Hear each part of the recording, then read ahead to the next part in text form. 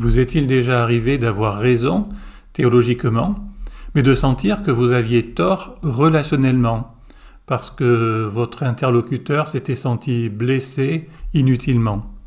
Eh bien, dans le ministère, de nombreuses blessures ne viennent pas d'un manque de connaissances, de compétences théologiques, mais d'un manque de sagesse relationnelle. Nous savons quoi dire, mais pas toujours comment le dire, ni comment écouter convenablement notre interlocuteur.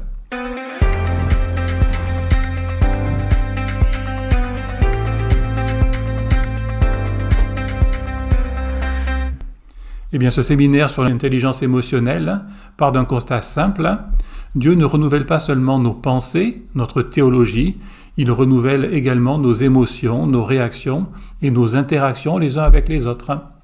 C'est ce que nous montre également ce verset bien connu du chapitre 12 de l'Épître aux Romains. Ne vous conformez pas au monde présent, mais soyez transformés par le renouvellement de l'intelligence, afin de discerner quelle est la volonté de Dieu, ce qui est bon, agréable et parfait.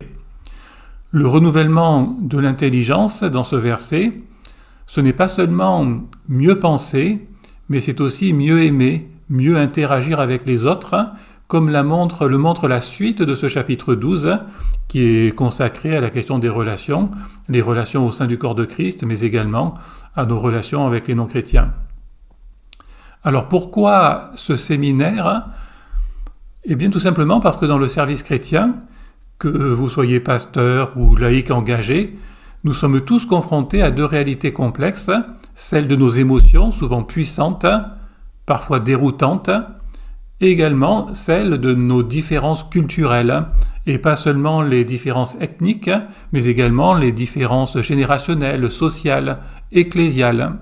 Comment gérer ces différences dans nos relations les uns avec les autres? Eh bien, ce séminaire vous aidera à mieux comprendre vos émotions sans les laisser vous contrôler, à mieux lire également ce qui se joue derrière vos propres réactions et les réactions des autres.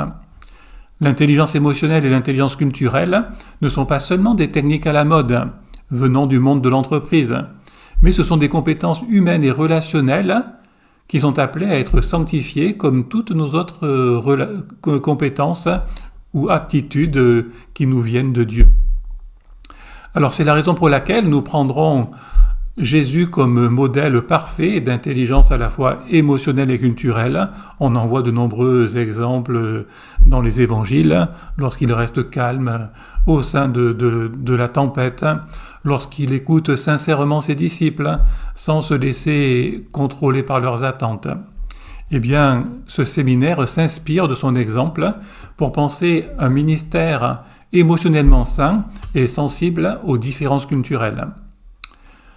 Quel que soit notre rôle dans l'Église, nous avons besoin de grandir dans ces deux domaines. Et la marge de progression est immense, en tout cas en ce qui me concerne, elle l'est. Pourquoi ? Parce que Dieu ne renouvelle pas seulement ce que nous croyons, mais aussi la manière dont nous vivons et servons ensemble.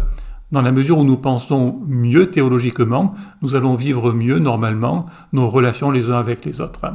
Si je devais résumer en une phrase tout ce que je viens de dire, eh bien, je dirais qu'une intelligence renouvelée, c'est un cœur transformé pour penser et aimer à la manière du Christ, et bien que Dieu nous aide à grandir à sa ressemblance dans ce domaine.